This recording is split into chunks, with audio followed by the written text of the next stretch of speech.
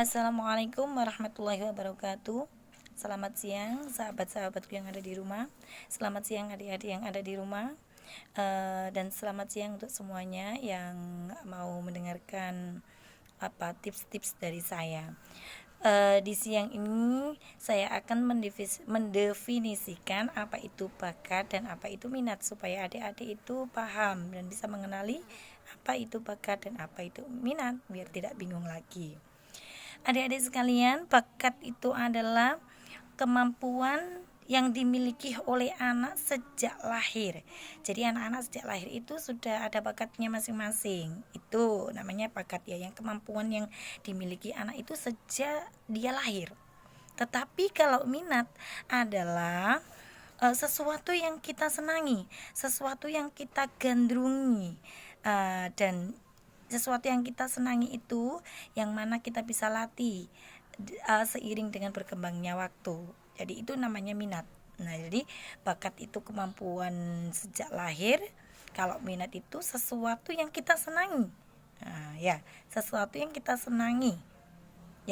senangi. Mulai dari sekolah SD, sekolah SMP, apa itu yang kita senangi, misalkan menggambar atau apa itu membuat karya rumah-rumahan, atau itu namanya minat, bukan bakat.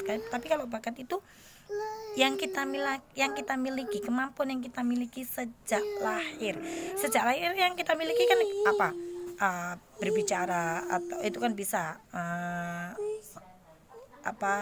merangkak, berjalan, itu kemampuan yang kita miliki sejak lahir.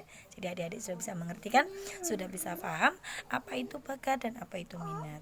Kemudian adik-adik sekalian, bakat itu ada bermacam-macam. Ada yang namanya bakat umum dan ada yang namanya bakat khusus.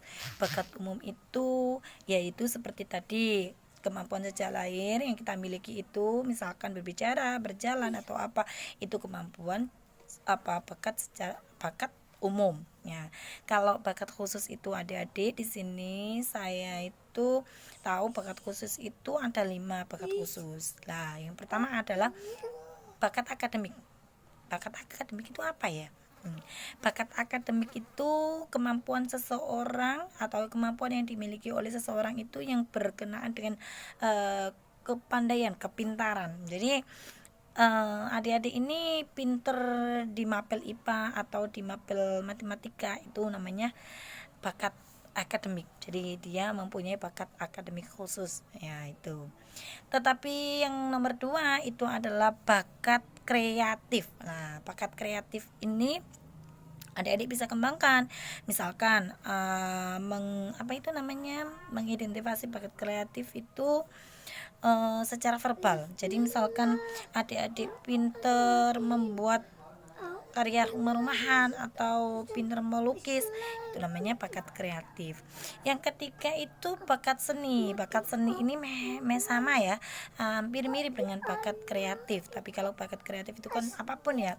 Kalau seni itu, di bakat seni itu seperti yang melukis, yang seneng atau pinter turunan, misalkan ayahnya suka melukis, anaknya ikut, anaknya pandai, itu namanya bakat seni ya. Bisa menggambar, membuat karya kerajinan tangan, itu namanya bakat seni.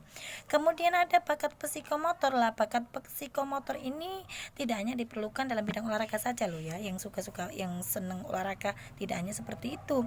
Tetapi bakat psikomotor ini bisa anak-anak mampu atau mempunyai kemampuan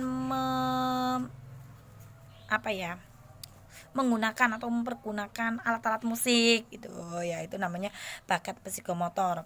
Bisa juga anak itu suka drama atau suka drama atau suka menari lah, itu nanti termasuk bakat psikomotor.